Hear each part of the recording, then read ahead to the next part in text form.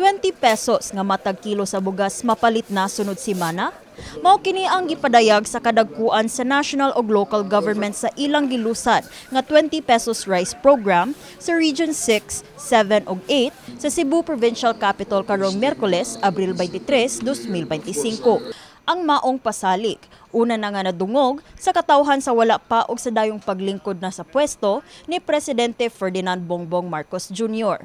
Human sa tulo ka tuig, hayan makabot na ang katumanan niini.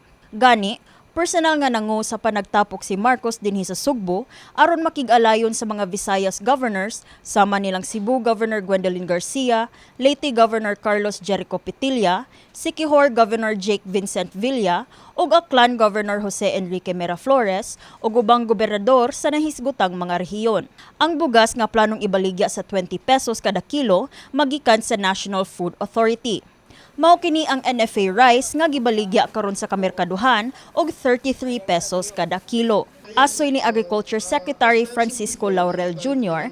nga ang 13 pesos nga kibhang ipasubsidize sa Food Terminal Incorporated o sa local government unit. Bumaba ng world prices at bumaba na rin ang presyo ng bigas in general.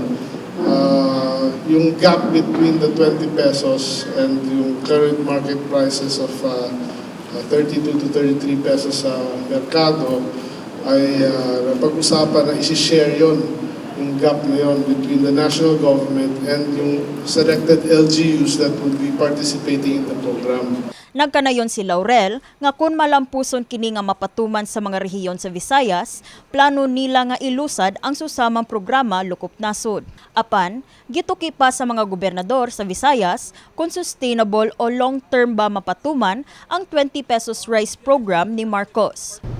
But it has to be sustainable because if it's not sustainable, it's not going to work. And what we're trying to do here is how can we make it sustainable? So we have different strategies. That's why we were kind of debating. Because again, this is an experiment, but it's a commendable program. They are studying ways and means of having this sustained at 20 because then this will help lower the rest of the market prices. Gihangop sab sa uban gobernador pagpatuman sa programa. I think it's a good advocacy and it's a good program for the President. I think it's very feasible that we can implement this in our localities and we are very fortunate na dito sa Visayas to sisimulan. Kini si Eliza May Piñaranda, alang sa MyTV, Cebu.